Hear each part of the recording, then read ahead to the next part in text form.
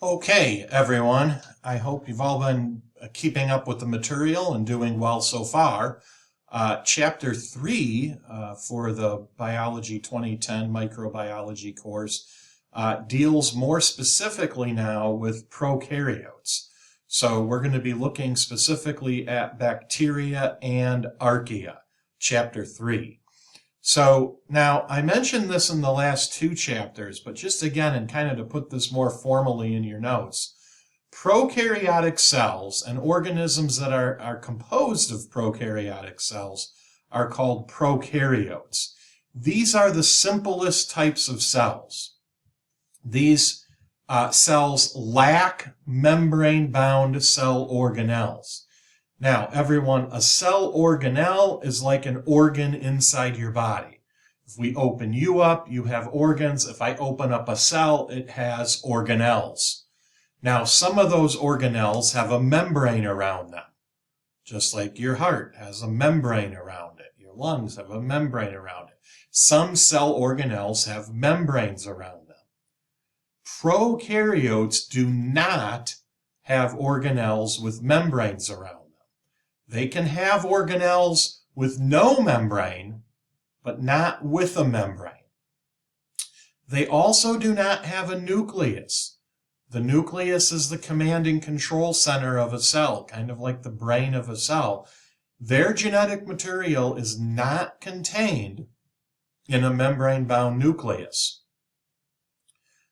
Because of the last 2 points, prokaryotes are capable of only relatively simple activities. They can still do quite a few activities, but relatively simple. And all of them are either just single-celled, so composed of just one cell, or colonial, meaning they live in small groups, but not fully multicellular. Now, what are prokaryotes on Earth today? Bacteria, archaea, and one type of algae called cyanobacteria or blue-green algae. Just that one type of algae. And prokaryotes are very, very old organisms, everyone. They evolved about 3.5 billion years ago, far, far earlier than any eukaryotes. So here we see a small example of a prokaryotic cell. This is a simple bacterial cell. So we see it does have a cell wall on the outside that is in red. It's got what's called a capsule outside that, kind of a jelly-like layer in brown. There's an internal membrane here. And then inside the cell, it's very limited structure. There's a few organelles here, these little dots, this larger structure here, and then all this stringy stuff is its DNA. It does have a tail called a flagella here and some little hairs, but not a lot of internal structure. Here's E. coli under the microscope. Here we see another example of a typical prokaryotic cell. So a pretty simple internal structure. Prokaryotes, everyone, are also very small. Okay? To put that in perspective, eukaryotes, like the cells that make you up, eukaryotic cells, are between 10 and 100 micrometers in diameter. So if we look at this diagram here, this in the background is a one strand of hair off your head. And this is about 50 micrometers across. All right? This strand right here is a carbon fiber that's 6 micrometers across. So your cells are between 10 and 100 micrometers. Okay? Prokaryotes are about 1. So even much smaller than even this carbon fiber. And viruses, just for perspective, are much, much smaller than that, 0.02 to 0.3 micrometers. So you can see kind of a little size scale here. We're talking about bacteria right in here. Here's plant and animal cells, eukaryotic cells a little bit bigger, and then smaller stuff over here, larger over here. Putting this in perspective again, this in the background is one of your cells, a eukaryotic cell. Only this little portion of it's showing here because it's so big at this scale. This is a bacteria, a prokaryote, and that right there is a little virus. So very, very small, more perspective here. Virus, bacteria, eukaryote, chicken egg. So very small size. Now, the other interesting thing about bacteria is being prokaryotes, they do often have standard shapes and arrangement to their cells. Bacteria come in three basic shapes: coccus, bacillus, and spirals or spirillum. And they look like this. Coccus means that the cells look round, spherical. Spirals are just that, corkscrewy or spirally, spirillum. And bacillus means that they're rod-shaped or more elongated, more oval or rod-shaped. So round, rod, spiral. You see here, same idea. Some might have non-standard shapes like the star, but we see basically our standard shapes. And then the arrangement of the cells is also kind of standard. Many bacteria just exhibit a loose clustering, loose groups, or it might be more of a tight clustering.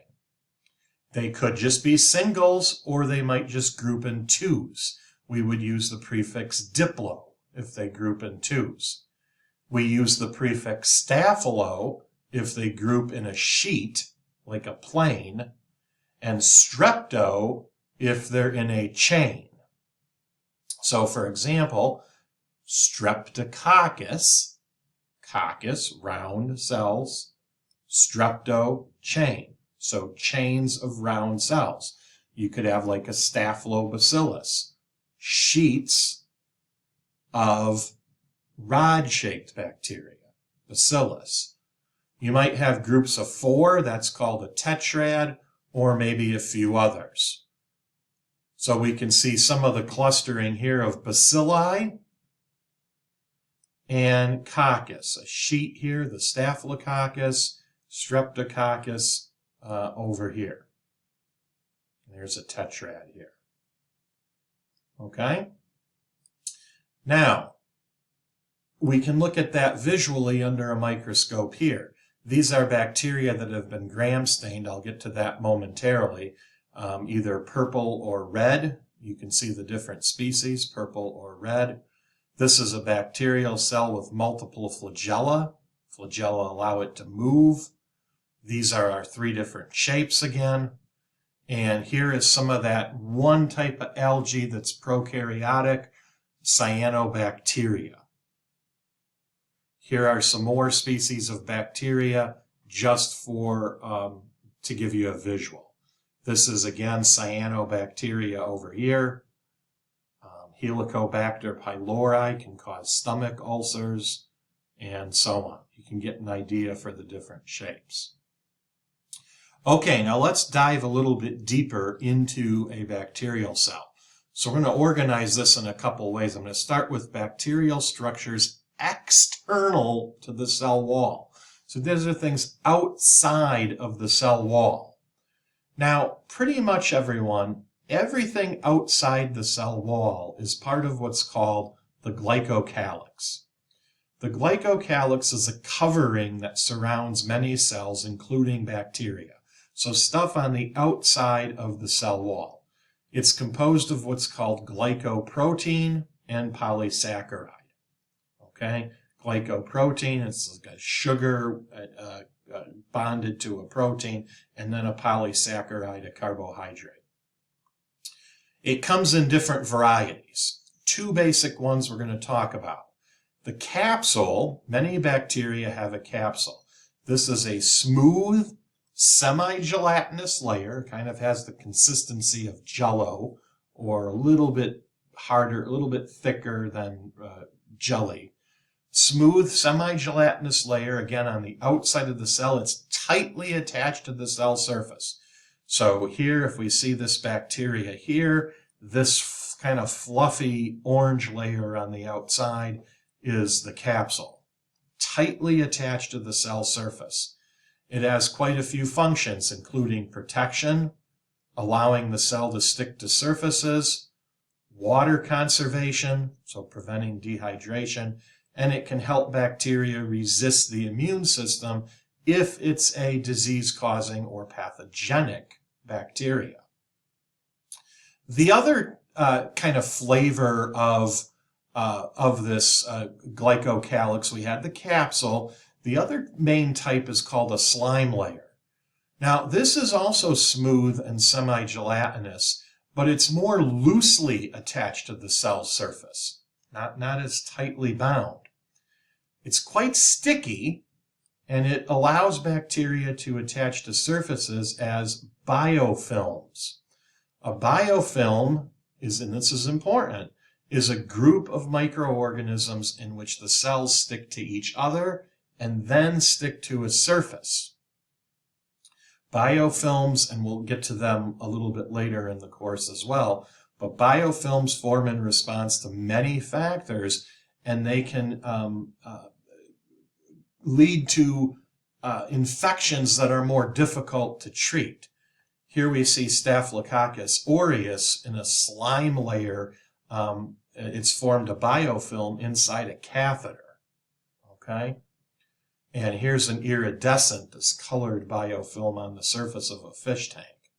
So they can form, in response to different factors. So a capsule, tightly attached, slime layer, loosely attached, and can often lead to the formation of biofilms. Flagella are long tails. You saw one on that picture of a prokaryote before. Here's some more. These are long tails used for locomotion. It kind of propels the cell along in a whip-like manner. Other bacteria don't really move on their own. They're non-modal. They rely on wind or water or something else to get them around. And others exhibit only what's called Brownian movement. Brownian movement is just the random back and forth motion of particles in a liquid or a gas. And as the particles collide with each other, it just gives that little vibratory movement. So bacteria that move on their own are not going to use just Brownian movement. They're going to have something like flagella or something else. Now, here we see the difference. Now, this has no audio to it, really. But if we play this video, you can see the bacteria moving by flagella here. It's more of a directed movement. All right? Whereas Brownian movement, you'll see, is much more simple and just as kind of that vibratory back and forth movement we see here. So not very purposeful, not really a form of true locomotion. Okay? Now, bacteria might move in response to stimuli, or stimulus, plural. A stimulus is something in the environment or something inside the cell that triggers a response, in this case, movement. Bacteria often exhibit what are called taxic responses, which is a simple movement toward or away from a variable. We use the prefix here to tell us what variable. Chemotaxis, toward or away from certain chemicals. Phototaxis, toward or away from light. It's the prefix photo. They might exhibit what are called runs and tumbles, shown here. So a run, just real quick movement in one direction using the flagella, and then this back and forth tumbling before it gets into another run. Okay? Outside the cell wall, bacteria can also have what are called fimbriae. Fimbriae are small, sticky, almost bristly, brush-like projections that are used to allow one cell to stick to another, or they can use them to stick to substances in the environment. They're also important in making biofilms. Now you'll notice that, and here's we see our bacterial cells here. The flagella are these much longer hairs in green, and the fimbriae quite a bit shorter that we see here. And then longer yet are called pili, or pilus is singular. Longer hair-like projections. These, importantly, are used to transfer DNA from one cell to another in a process called conjugation, which we'll talk in more detail later. Now, bacterial cells typically only have one or two of these per cell, and you can see they are quite long and can transfer DNA from one cell to another. Okay? Now, that's a little overview of structures outside the cell wall. Now, let's look at the bacterial cell wall itself. All cell walls, including that of bacteria, are a tough outer layer, in this case, just inside the glycocalyx, the stuff we just talked about. Now, the cell wall has several functions. It provides shape and structure to the cell. It allows the cell to protect itself, and it helps maintain the correct amount of pressure, water pressure, fluid pressure inside the cell, and it can help some cells attach to others. Now, you really want to know this next point. Bacterial cell walls are composed of a polysaccharide called peptidoglycan. Peptidoglycan is a polysaccharide composed of several parts. You, of course, don't have to know these structures, but there are several parts to peptidoglycan. It is a polysaccharide, very, very tough. You can see kind of a drawing of it here. All right. Now, the other organisms have different substances that make up their cell wall, like plant cell walls are made of cellulose. Fungal cell walls are made of chitin. They're all polysaccharides, but the components here that make them up are a little bit different. So bacteria have cell walls made of peptidoglycan. It is the cell wall that allows a cell to stain a certain color when dye is added to it. The Gram stain is the most common stain used in microbiology. It was developed back in the 1800s by this gentleman here, Hans Christian Gram, hence the name Gram stain. The Gram stain is important even today because it's used to differentiate, to split bacteria into two major types, what are called Gram-positive or Gram-negative. Now, Gram-positive cells will look like a dark, deep violet purple color under the microscope, whereas Gram-negative cells appear light red or pink. Now, this goes over the Gram stain procedure, but you're going to be mostly doing that in your lab with Dr. Gustin. So I'm going to hold off on that whole procedure here, and you'll see that in lab.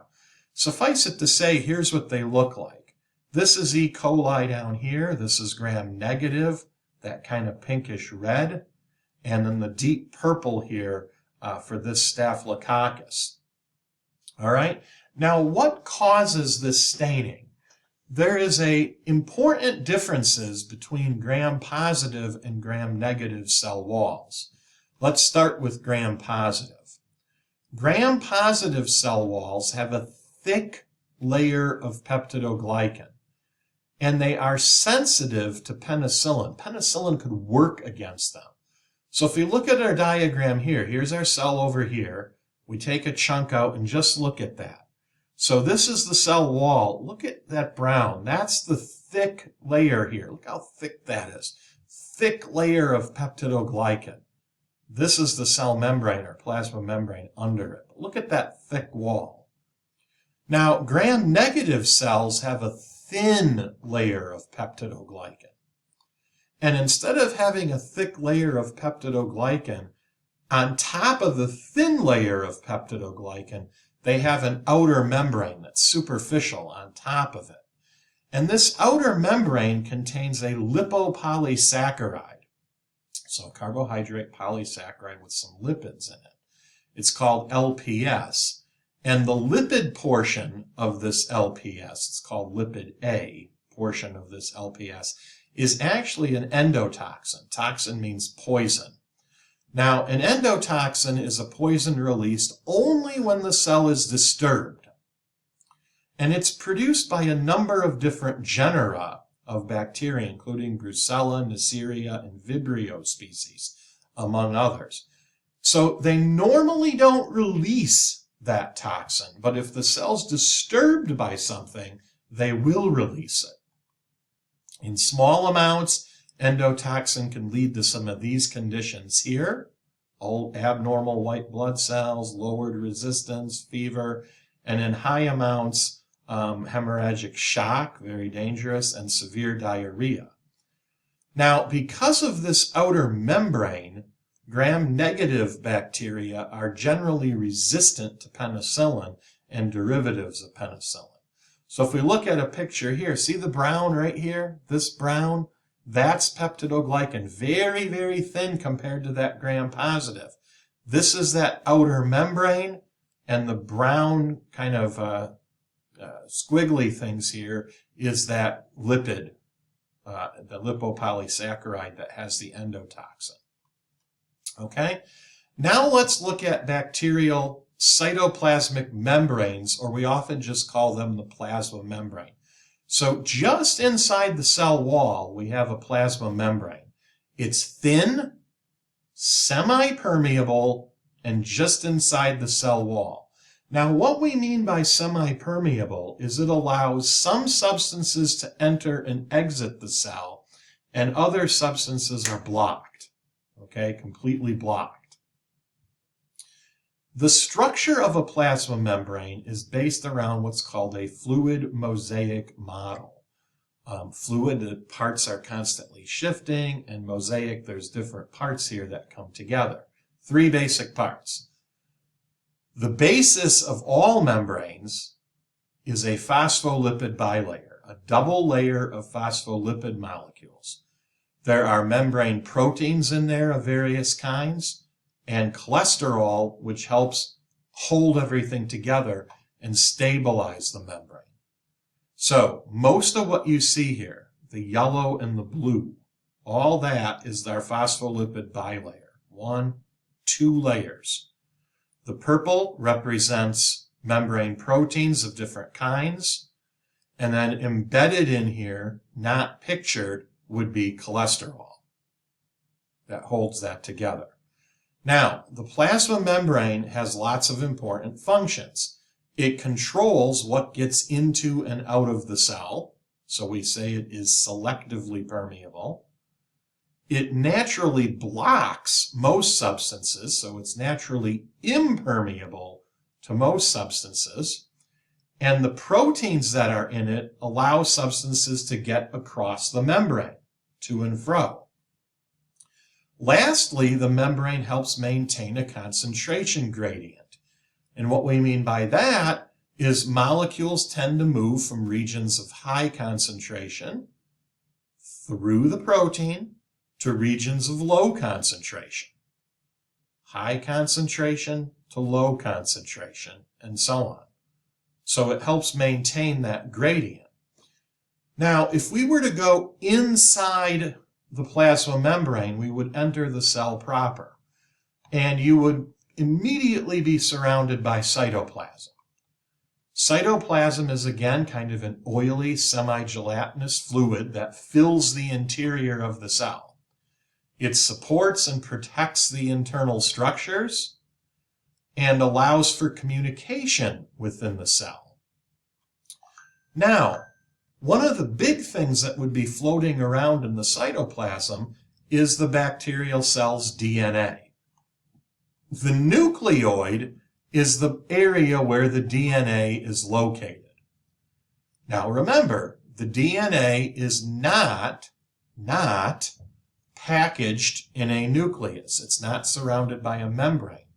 But where that DNA is located at any given time is called the nucleoid. And that DNA is organized into a structure called a chromosome. What you want to know is that bacterial DNA is typically one circular chromosome. That's not true of most other life on Earth.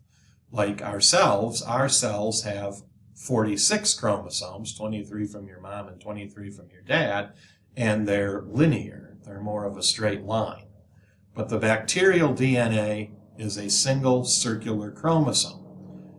DNA and ribosomes of bacteria are unique. They are different from that of both Archaea and eukaryotes. All three domains, remember, have their own type of ribosomes, ribosomal or rRNA, and DNA. Bacteria reproduce. Cell division is the name for reproduction. They reproduce by a process called binary fission, where one cell's DNA gets copied, and the cell then divides into two daughter cells. This allows for very rapid growth rates. So we see here the single cell. There's its circular chromosome, its DNA. It makes a copy of itself, shown in purple here, and then we split down the center. So one cell splitting into two, two into four, four into eight, eight into 16. We can have very rapid doubling of our population size. So like this little guy says, so I split into two and that's it. Here he has a little talk about the birds and the bees. It would be a very simple talk for bacteria. Okay, so now other things that might be floating around in the cytoplasm. Plasmids. Plasmids are small, extra little pieces of DNA that are not attached to the main chromosome. The genes in that plasmid DNA provide advantages to the cell, but they're not required for the cell to survive. So a cell can live without plasmids, but if it has plasmids, it gains several advantages. Ribosomes would also be floating around in there. I talked about them in the last chapter. Ribosomes are very tiny organelles with no membrane. All life on Earth, all cells have ribosomes. And this is where proteins are made. And finally, we would have inclusions. Inclusions are simply reserve deposits of various chemicals or nutrients. Just extra deposits, extra storage areas. So if we look here now, internal view of a bacterial cell, all this purple, this is all its DNA. If we stretch that out, it'd be one big circle. Right over here, notice we have a plasmid. This is a little circular piece of DNA not connected to the main chromosome. Here's an inclusion, a reserve deposit. These little dots are ribosomes. Here's our flagella. Here's our fimbriae. Okay, this is the capsule, the cell wall in purple, and the plasma membrane in yellow. Everything inside here would be floating around in cytoplasm. Where this DNA is located is called the nucleoid. All right, here's some more examples of inclusions, the little kind of open spaces you see. Now, another interesting thing about bacteria is not all of them, but many species can make what are called endospores. Endospores are very, very tough, dormant, kind of in a state of suspended animation, non-reproductive structures. We don't make these for reproduction. They're typically produced by gram-positive bacteria, though some gram-negative can do it too. Now, what is a endospore? Basically, cytoplasm, DNA, and some ribosomes all packaged in a very, very highly protective outer coating. What bacteria will do, ones that can make endospores anyway, is during times of stress, they'll produce an endospore to ensure survival of the cell. So most of the cell dies because it's times of stress. Not enough water, not enough food, not enough space, whatever. So under times of stress, most of the cell dies. But the cell makes these little endospores that survive. So the normal cell, called the vegetative cell, dies. And it leaves behind one or more endospores. This is called sporulation. If conditions improve, these endospores can grow back into a normal cell in a process called germination. Normally, only one endospore is produced per cell normally.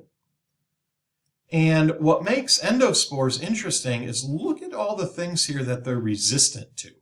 Radiation, hot and cold temperature. Desiccation means drying out. They're resistant to that. Disinfectants, starvation, degradative enzyme. They're very highly resistant. And they can almost survive forever just waiting for conditions to improve. They have found endospores in mummies in Egypt. This could be many thousands of years old. You put them in good conditions, they'll often germinate. Endospores are commonly found in the soil and the water. Again, they can survive for very long periods of time. And bacteria that make them are called endospore-forming bacteria. The two big genera are genus Bacillus and genus Clostridium. Endospores under a microscope, this is what's called an endospore stain. You'll do one in lab. You see the kind of bluish green is an endospore. The red up here and the purplish down here is the vegetative cell. Here's some more. This is a typical gram stain, or an endospore stain we'd see here, where the green are endospores. There's an endospore here. This goes into a little bit more depth if you're interested. Now, couple things before we wrap up this chapter. I want to talk just a little bit about a certain type of bacteria that has clinical significance. So, bacteria in the spotlight, that genus Clostridium. Clostridium is a genus of gram-positive bacteria, and it's responsible for several significant human pathogens, disease-causing bacteria. Have you heard of Clostridium difficile, or C. diff? You probably have, and if not, you will, especially if you're going into nursing. Here's C. diff under a microscope. Here you can see the endospores. Now, Clostridium difficile produces multiple different toxins or poisons, can cause severe diarrhea and inflammation, and back in 2015 there were about 30,000 deaths in the U.S. alone and 500,000 C. diff infections. Particularly can happen to older individuals, maybe in nursing homes, and can often be associated with those that have catheters. There are other types of Clostridium, though. Clostridium tetani is responsible for the disease tetanus. Clostridium botulinum is responsible for foodborne botulism and can lead to a very flaccid paralysis, especially in the face, as pictured here. And then lastly, there's Clostridium perfringens, which is responsible for gangrene, pictured down here, or it's often associated with gangrene and tissue death. Okay? So Clostridium is a pretty nasty genus of bacteria as far as human infection and human disease goes, and can be difficult to treat. It's notoriously resistant to various antibiotics, and it is an endospore former. Okay? Now, I'll finish up this chapter. You might remember the name of it was Bacteria and Archaea. We just covered bacteria, the main type of prokaryote on Earth. Archaea is the other type of prokaryote. Now, they're more rare, older group of prokaryotes. They're very similar to bacteria. They even can look like bacteria, but there are many key differences. Archaea are not bacteria. They are prokaryotes, so they have all the same basic traits of prokaryotes. But how are they different from bacteria? They have unusual shapes. They don't cluster a lot.